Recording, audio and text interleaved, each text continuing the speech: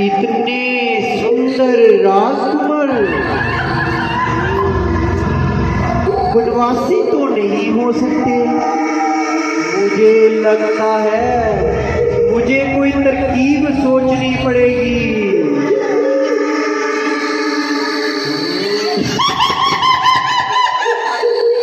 मैं एक काम करती हूँ, अपना वेश बदल कर वीरमैन से बातचीत करती हूँ।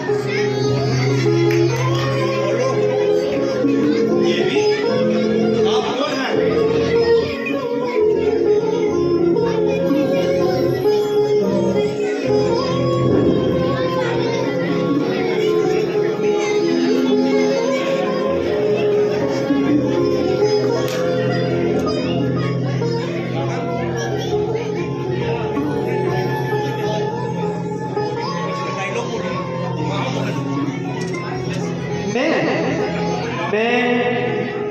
लंकापति राजा रावण की बहन। मैं तो बस जो ही विचर रही थी तो आप दिख के आपके समक्ष पेश हो गए।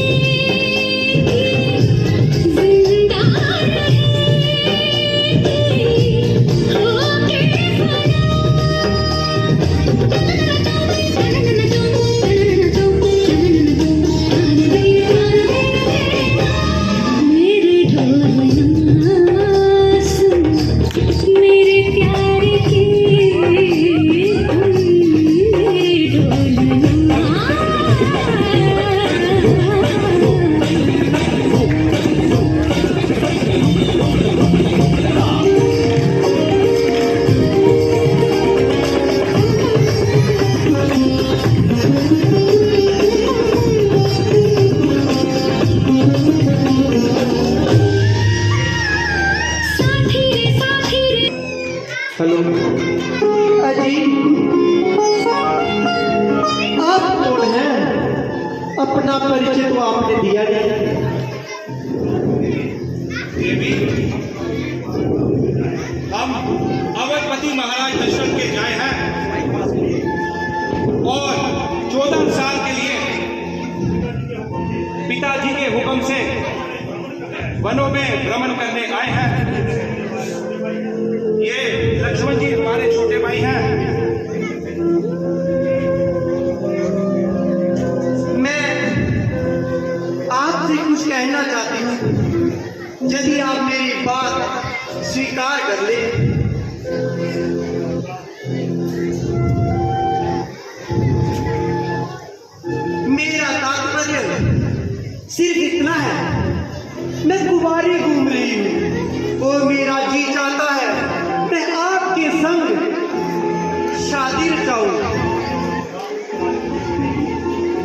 तुम्हारी ये पहेली मेरी समझ में ना आई।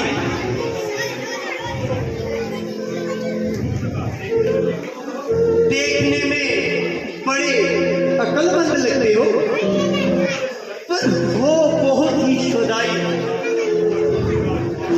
जब तुम अच्छे अच्छे राजकुमारों को खातिर में न लाई तो हम फकीरों से शादी करने की क्या तुम समाई।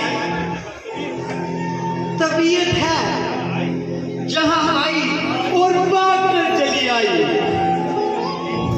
अफसोस कि मैं तुम्हारी ये अभिलाषा पूरी नहीं कर सकता, क्योंकि मेरी अर्धांगिनी मेरे साथ आई है। हाँ, अगर लक्ष्मण जी इस बात को मंजूर कर लें तो बड़ी खुशी की बात है। इसीलिए आप उनके पास जाइए और अपना दीदी भी बुलाएं, उन्हें बताइए। मुझे लगता है आपकी तरफ से तो मुझे साफ इनकार है।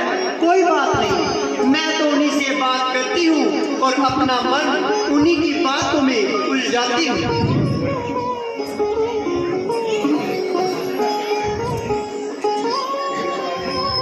अजी,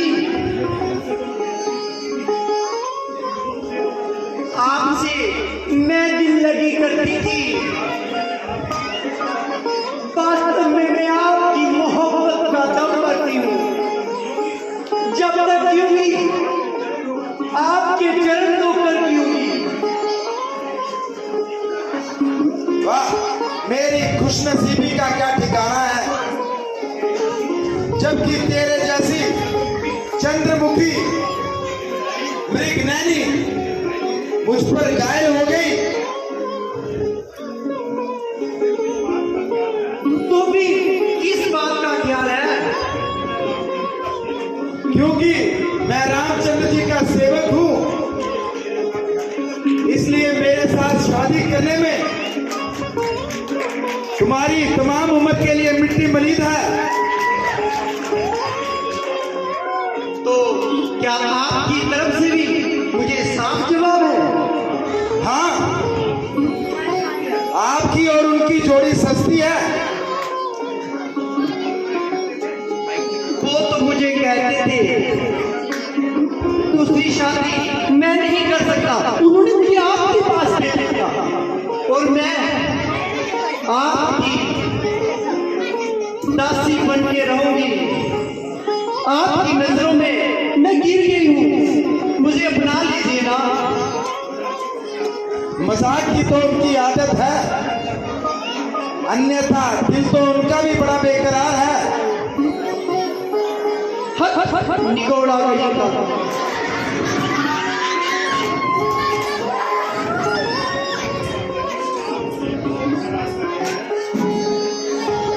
आप इतने सुंदर राजकुमार मुझे क्यों परेशान कर रहे हैं?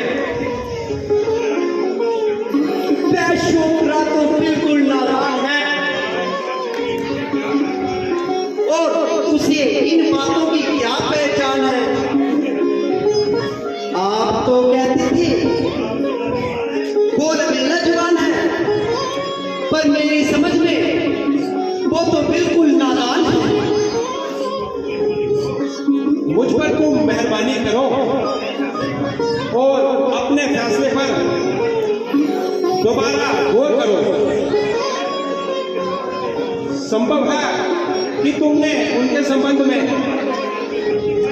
अंदाजा लगाने में कोई गलती खाई हो, या उन्होंने ही तुम्हें आजमाने में कोई चाल चलाई हो। यदि कुछ गलती है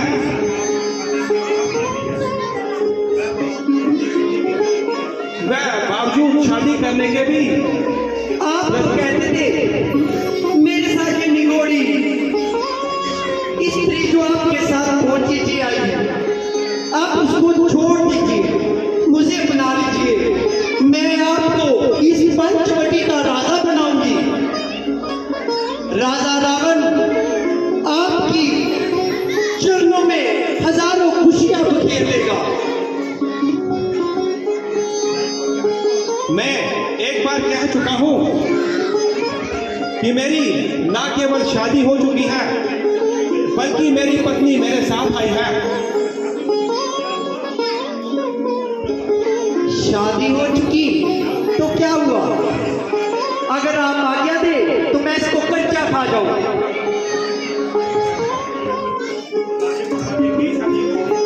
राजे महाराजे कई शादियां करते हैं। ये धर्म के विरुद्ध है। अति छोड़ो धर्म को, क्या धर्म की बातें करना। देवी, तुम्हारी यहाँ दाल नहीं गलेगी। तुम्हारी जोड़ी तो लक्ष्मण से ही मिलती है। मैं कहां कहां घूमूं? कभी आप उनके पास भेजते हैं, कहीं वो जहां भेजते हैं। चलो एक बार फिर आजमाती हूँ, मैं उनके पास चली जाती हूँ।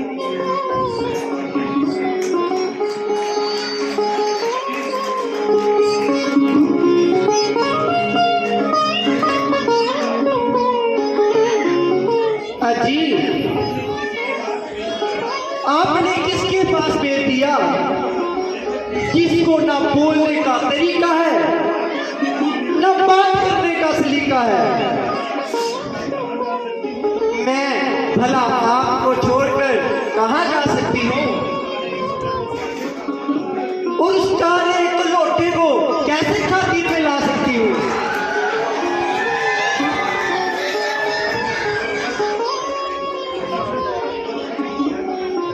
जो शख्स दूसरे का गुलाम हो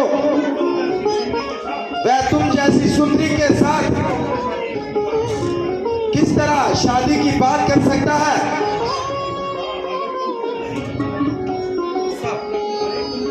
अगर तुमको नहीं, मुझे अपने रुतबे का ख्याल है, इसलिए आपके हुक्म की तामील करना मेरे लिए मुहाल है। ठीक है, आप मुझे उसके पास भेजते हैं, वो मुझे आपके पास भेजते हैं। अगर आपकी यही मर्जी है, सबसे पहले किसी का कच्चा काटाऊंगी।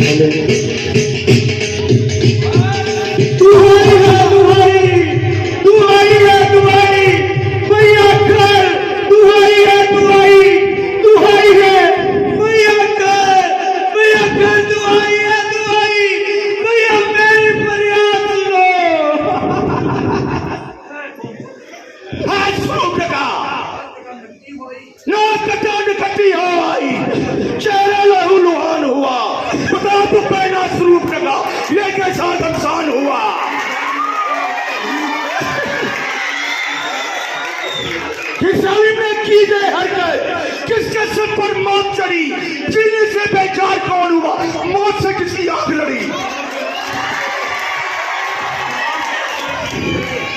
सांप के मुंह में उंगली दे अदब के रास्ते कौन चला? मुझे किसी याद नहीं।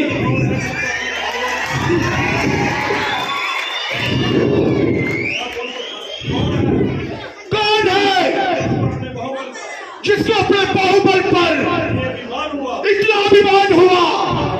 बता तू पहला स्वरूप लगा, ये कैसा घमसान हुआ? बैठे बैठे दिल उकसाया, फिरती चलती सैर को जाती, चलती फिरती मटर गश्त में अपना दिल बहलाती थी। चलते फिरते जो ये जाना पंचवटी में जा पहुंची, नजर पड़ी जो बनवासी, उनको देख के मैं भी फिरकी हुई। मैं जिसम उनके सामने, उनकी आंखों में मैं खटकी, पूरी नजर से लगे देखने, आपस में कुछ गिड़पिड़ की, चाहते थे मुझे फुसलाना, मैं खातिर में नहीं लाती थी। चलती फिरती मटर गश्त में अपना दिल बहलाती थी। बनवासी सत्यानाशी कौन है? किसके चाहे मेरे इलाके में आकर किसने ठहराए?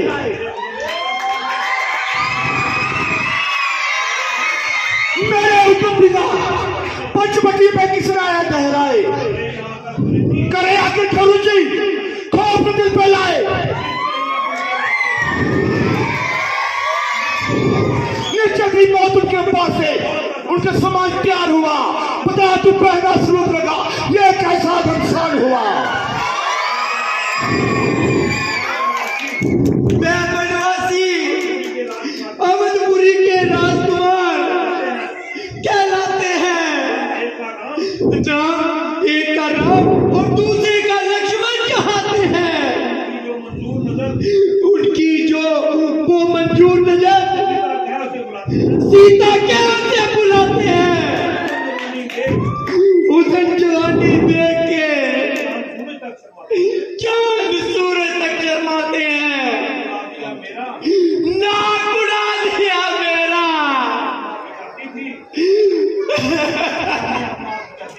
मैं तो अपना आप बचाती थी, चलती फिरती थी मटर गश्त में अपना दिल बहलाती थी। अभी दिखाओ मुझे में राजकुमार कहलाने का, मेरे इलाके में आकर मुझ पर ही हाथ उठाने का।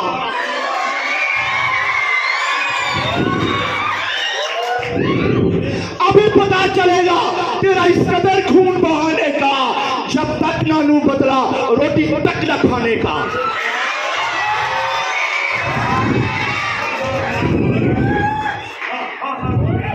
हाँ हाँ मालूम हो गया। मैं बनवासी सत्यानाशी मौत के मबलाशी, दही के धोखे में कपास खा बैठे और खुद बखुद मौत के मुंह में आ बैठे। मैं अभी अपने शूरवीर को हुक्म देता हूँ, तुम्हारे देखते ही देखते उनको जंजीर में बांध के लाता हूँ। नहीं भैया नहीं, मैं भी आपके साथ जाऊंगी और उनका खून पीकर अपने कलेजे की प्यास बुझाऊंगी। मैं शूर भी सुना रहा हूं। चलो अभी चढ़ाई करते हैं।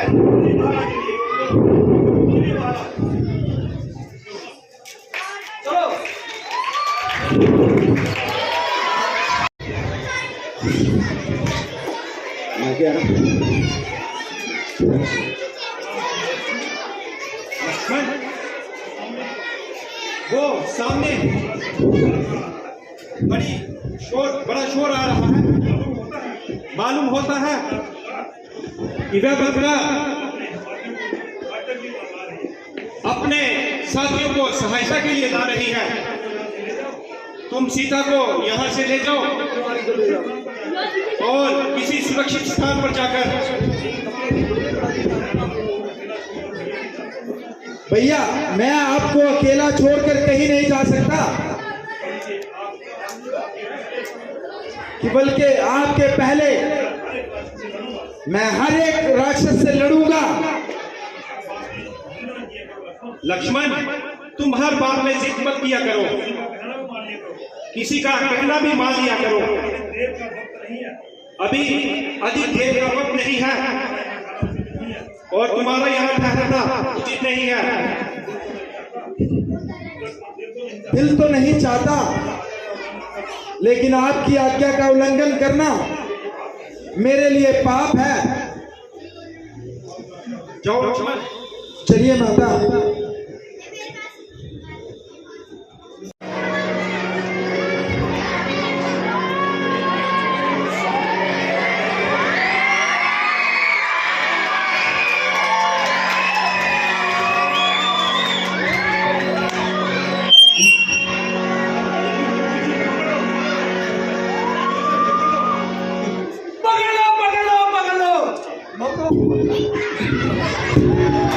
मरने के लिए तैयार हो जा। ओ नापाकुर, यहाँ से फरार हो जा।